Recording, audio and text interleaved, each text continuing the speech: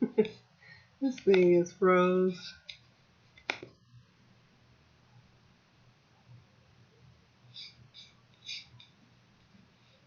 All right.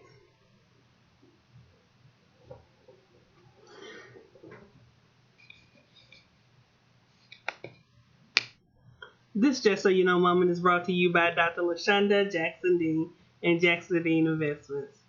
Just so you know, Dr. Jackson Dean, the Pen Slayer, says, I am a speaker, a life and success strategist, an author, and I am here tonight for Just So You Know moments with a twist. So, as you can see, we're already starting off with some technical difficulties, but that's okay. I want to thank everyone that's on the live tonight. Although I can't see you, I can't see anything that's going on my personal page because my computer is acting up again. It's acting a little crazy. So we're going to keep on rolling with it anyway.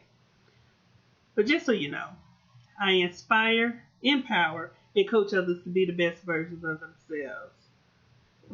Welcome to Just So You Know Moments with a Twist.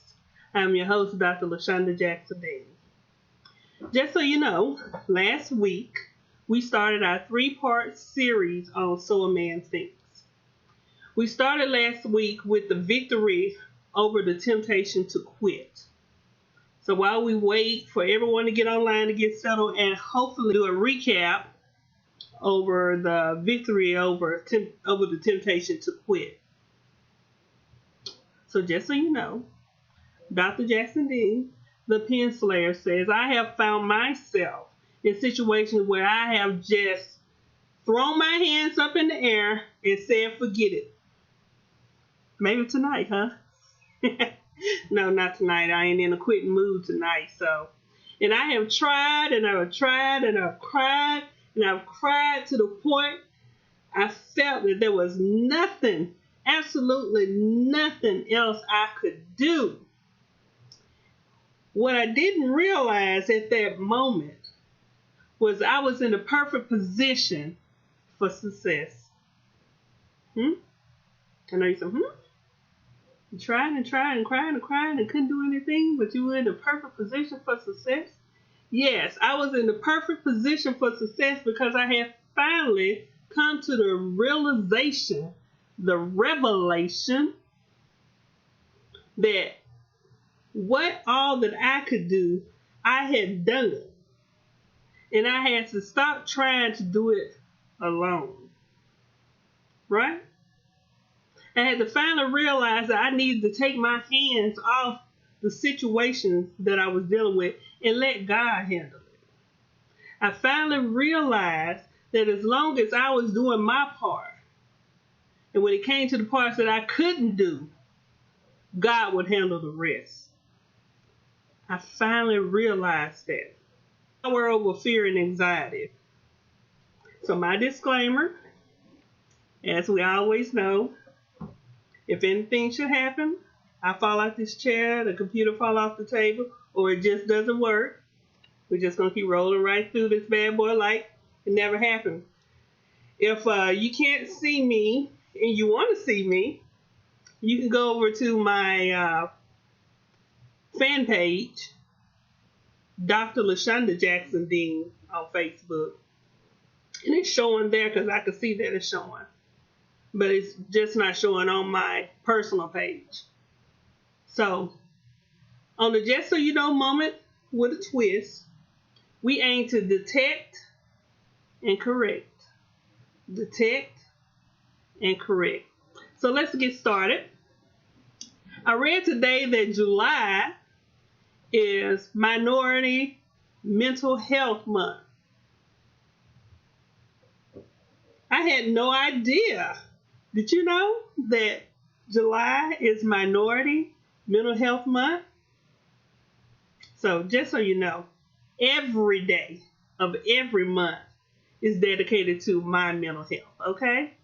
But at any rate, check on your loved ones who need a mental health check and make sure that they're all right, okay? everything all together. Everything is just working out great for them. We see them strutting with a beautiful palette of makeup on their faces. Their crown, their hair, and their locks are flowing and blowing in the wind. And they talk and they walk with such influence. And when they speak, people gravitate to them because they always speak about positive and uplifting and encouraging things. Don't you just love those people?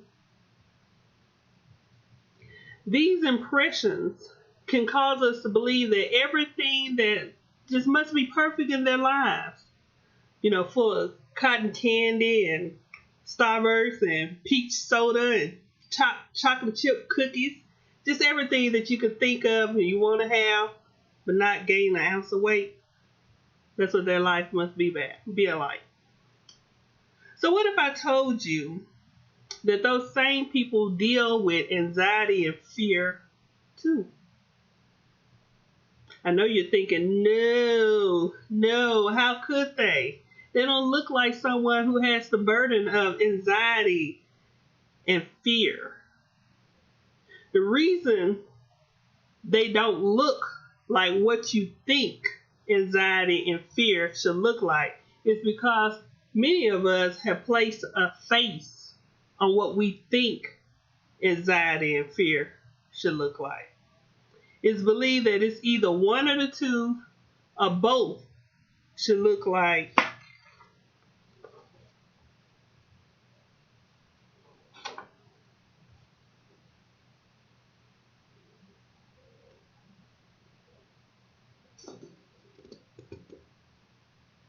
that's what we think anxiety and fear looks like. The sad thing is that most people are not responsive to things that don't look like what they think they should look like. Things that they have pictured it should look like. If it doesn't look like that, they're not responsive to it.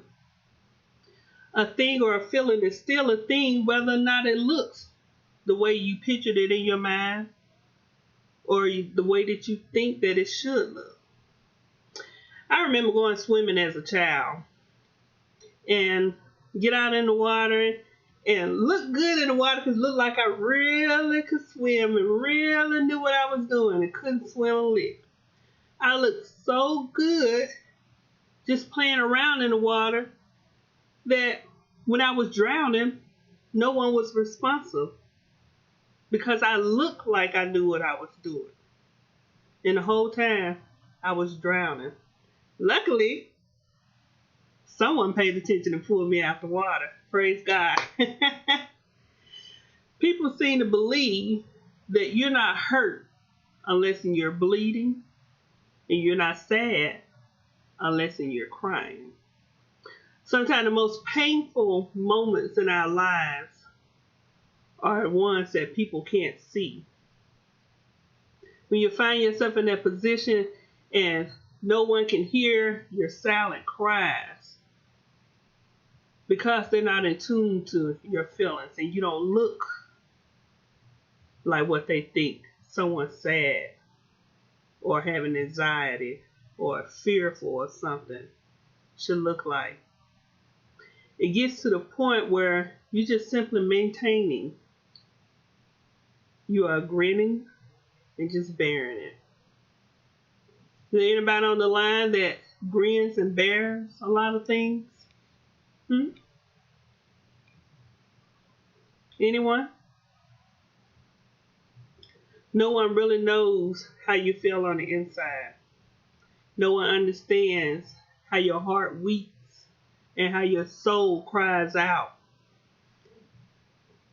You cannot look at someone and know for sure that they have anxiety or they're fearful or something. You can't determine their pain level just by the way that they look. I want to read you something in my book, Level Up to Mindfulness.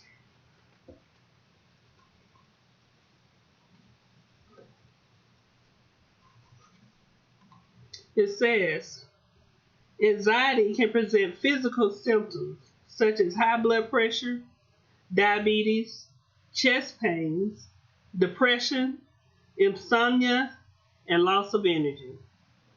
All of these symptoms can have adverse effects on your blood pressure, heart rate, immune system, and your digestive system. Whereas one person may handle stress and anxiety with finesse, anxiety may drive another person insane. What one may not find extremely stressful or have anxiety behind, another person's level may register off the scale. Men and women handle it differently. So trust me, it's not always obvious. Look closer. You are now viewing the face of anxiety and what fear looks like.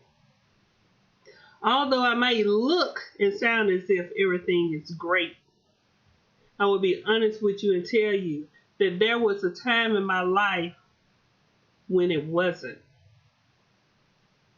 It wasn't great at all. I suffered from anxiety and fear of a lot of things. In that not so great time, I didn't look or feel as if things would get any better. But the funny thing about that is that I had the same face. The same face that I have now. So no one really knew what I was going through because I didn't look any different. That's a matter of handling. I had the same face because I learned how to manage my anxiety and my fears. And so can you. The first step is gaining power over your anxiety and your fears is to acknowledge it. That's your first step. If you want to gain power over your anxiety and your fears, you have to acknowledge it. Take time to pay attention to yourself, your body, your spirit, and what it's telling you. Recognize what or who exactly is causing your anxiety and your fear. Step number 2. Once you have stated the problem, then see if there's something that you can personally do to alleviate the issue. I think you're thinking, no, I think you should get rid of the problem. But no, that's not what I'm saying at all. I'm telling you, and I tell you again, no. You want to alleviate the issues because the problem is not necessarily a problem. It's more of a warning or an alert. The issues are how you respond to the threat, which is the warning and the alert. Matthew 6:34 says, therefore, do not be anxious about tomorrow, for tomorrow will be anxious for itself. Sufficient for today is its own trouble. So what it's saying, hey Mika Diamond, thank you. What it means is that you have enough troubles that you're dealing with today that you don't have to worry about what's happening tomorrow. It also means that on one day, at one time, manage it. One day at a time. Don't heap all of today's issues and tomorrow's issues on one plate. Handle them one day at a time. My husband, Big Daddy, he always says, it's like borrowing worry from another day when that worry just might not be there. And that makes a lot of sense. You worry about something a day, 2 days, a week later, and when you finally make it to that day, a week later, it doesn't even exist. So now you ruin the day, your present day, worrying about something in the future. So take it one day at a time. So the issues are, I feel sad, I'm hurt, I'm upset when I have to deal with the problem. So now you understand why I separated the problem and the issues from the problem. So now you're probably thinking, so the quickest thing to do is just to get rid of the problem. Well, no. Just so you know, the problem never goes away. It only changes positions. The position may be who, what, when, or where. But you deal with the same problem. It just changes from station to station or person to person. So what you need to do and what your goal is to learn how to handle the issues that come from the problem. Right? Because if you know how to handle the issues, then when the problem comes around again, you'll know how to tackle that problem. Because like I said, the problem is going to always be there. So when you have to deal with the problem and when you realize that your mood or your demeanor is changing when that problem comes into play, handle the issues. Work on the issue because the problem is always going to be there. Step number 3. What is about this problem that causes you to be upset? Does it make you feel as if this problem or this person is demeaning? Does being around the problem or this person or this place remind you of something negative that happened to you? Does being around this person, place, or thing remind you of something that you should have been doing,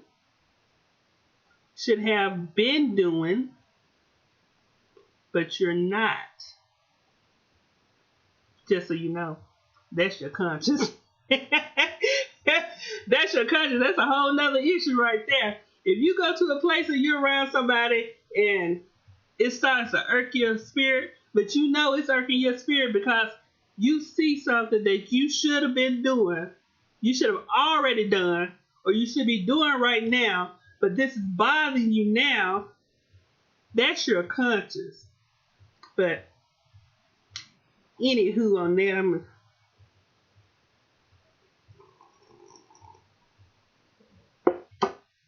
drink a little water on you here, clear my throat. So pay attention to how you feel when you come around a problem, okay?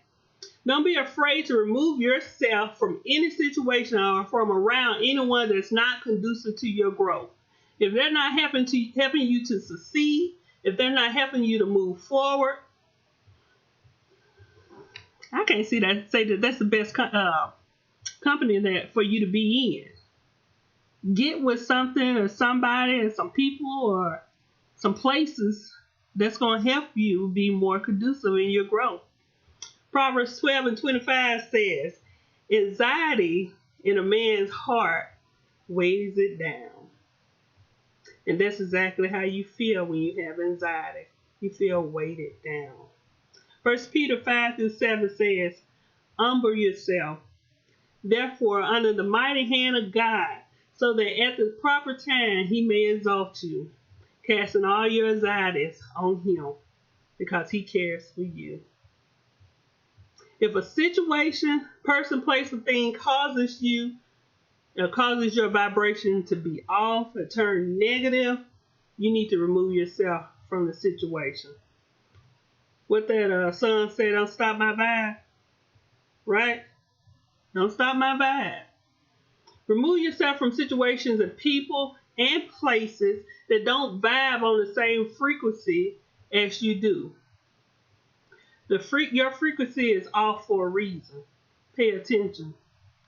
Listen and understand that everyone won't be on the same bandwidth of frequency, and that's okay, because you won't be on everyone else's frequency either. Who you are supposed to be with, they will be there. And who you're not supposed to be with, they won't. Don't even worry about it. Number 6, if you can't manage your anxiety and your fears alone, please seek professional help. Use these steps that I introduced to you to take your life back from anxiety and fear. Psalms 27:1 says, "The Lord is my light and my salvation. Whom shall I fear?" Remember, fear is just an emotional response. If you recall back a few episodes, I coached you on how not to be led by your emotions. Fear is false evidence appearing real. FEAR. False evidence appearing real. 2 Timothy 1:7 says, God gave us the spirit, not the spirit of fear, but of power, love, and self-control. You are powerful. So walk, move, and talk in your power. Don't get discouraged if your power don't seem as powerful as someone else's. Just keep working on yourself and your power will increase. Let's go to our email here. Dear Dr. Jackson Dean, just so you know, first of all, I want to thank you, Dr. Jackson Dean, for your episode the other night on purpose.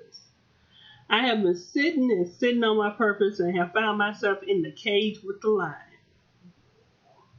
Although I know my current placement is a threat to my life, God has been merciful enough to keep me safe. You see, I have been married to my husband for 13 years, and I know it has been time for me to leave. But I can't because at one time he was a good husband, and I fear maybe I did something to turn him into a bad one. I just don't know what. But I am thankful for your show on purpose because now I have the strength to move forward with what God has plans for my life. And if it means move on without my husband, then so be it. I really do love him and pray he changes. Do you think it's possible? Please pray for me, my husband, and our marriage. Connie K from Jasper, Texas. Jasper's in the house, y'all. Hello, Miss Connie. Thank you for writing this. We appreciate you so much. In regards to your email, and your question was, do I think it's possible that your husband can change? Yes, I do. I do believe that your husband can change. Anybody could change. But they have to be willing to change. And so what I would recommend that you do is that you and your husband need to decide that if this marriage is really is something that you want, that you both want, not just you, but does he want it as well? And if you both still want this marriage, I would recommend that y'all go and see a counselor and get some professional help about the situations that's going on with your marriage. Now, with that being said, I also read in between the lines here where you're saying that you're in the cage with the lion. So you didn't really expound on how far of a threat that you are and a threat for a situation that you are. But if you're in a situation where you are being harmed, and that's mentally or physically, get out. It's not worth it. It's not worth it. It's not worth it to have yourself torn down every day mentally or physically. Get out and get to know yourself. Build yourself. Now, if the situation is that you feel like maybe this is a mutual thing or whatever that's going on, I really recommend that you get some professional help. And y'all go and sit and y'all talk out your situation and be able to talk with each other with a neutral third party so that it doesn't appear that anybody is taking sides with one or the other. And you need to concentrate on what it takes in order for your marriage to be like you said, where it was, or even better. I'm going to pray that your marriage is better. Not like it was, not the way it is, but much better. But I want it to be better with God, with Jesus holding you and leading you both on your way. So I'm going to pray for both of you as well as your marriage, okay? Thank you so much for writing in. And if at any point you feel like you want to talk to me, please give me a call. Thank you. So we have special announcements. Our special announcement for tonight is, so I know y'all been looking at my website, www.drlashondajacksondean.com. Well, just so you know, thanks to Choice One, my website has been upgraded and is up and ready for you to visit. Just for tonight, I'm going to have a new URL, and it's www.drlashondajacksondeanllc.com. And I want to thank my beautiful sisters, Sister Sonia Lowe and Miss Mika Diamond, and my handsome brothers, Mr. Pastor Officer Bradford Lowe and Mr. Anthony Hall with Media Hall. I would also like to thank my dear friend, Michael what is his name? Politowski. How about that? Michael Politowski, for working with me in my Facebook Lives. He is so wonderful and so patient. If you need someone to help you with your websites and your Facebook Live, call these people and let them help you. Sometimes you just can't do it by yourself. Sometimes you need someone who knows what they're doing to put their hands on it and either show you how to do it or do it for you. Sometimes you get so busy where you can't even do it. You have to let somebody else do it. But one thing I do know, all of them make me look better. And I am so appreciative to them both, to all three of them, all five of them. Thank y'all so much. So this is the conclusion of our episode of this week. So a man thinks, power over anxiety and fear. Please join me next week at 8 p.m. on Facebook Live every Wednesday for another episode. For more information on Dr. LaShonda Jackson Dean, the services and books that I offer, visit me online at www.drlashondajacksondean.com. See you next week for another episode of Just So You Know Moments with a Twist. Bye.